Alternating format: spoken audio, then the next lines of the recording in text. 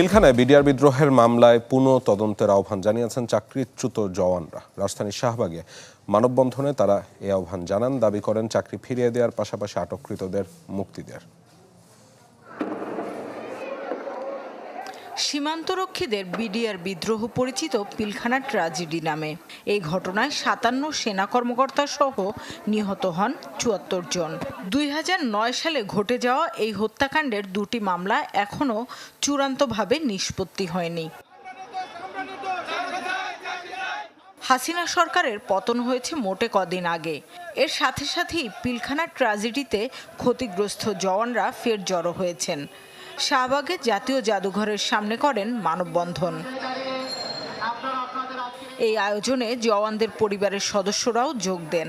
ফেরত চান কারাগারে থাকা বাবা, ভাই, স্বামী, সন্তানকে। মোহাম্মদ ডক্টর ইউনূস স্যার, আপনার কাছে আমার এটাই একমাত্র অনুরোধ যে আমার ভাইটাকে ছেড়ে দেন। আমার বাবা বৃদ্ধ লোক, এই ভাইয়ের টেনশন করতে করতে স্ট্রোক করে মারা গেছে।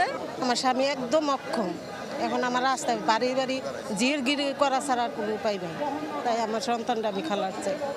এই প্রতিবাদ থেকে আওয়াজ ওঠে বিডিআর বিদ্রোহের ঘটনার পুনঃতদন্তের।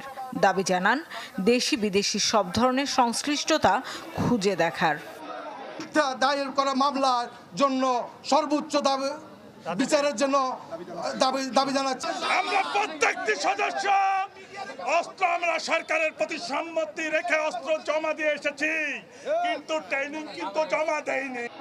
দাবি আদায় নতুন সরকারের দৃষ্টি আকর্ষণ করেন মানববন্ধনকারীরা। শামিমা সুলতানা, চ্যানেল 24, ঢাকা।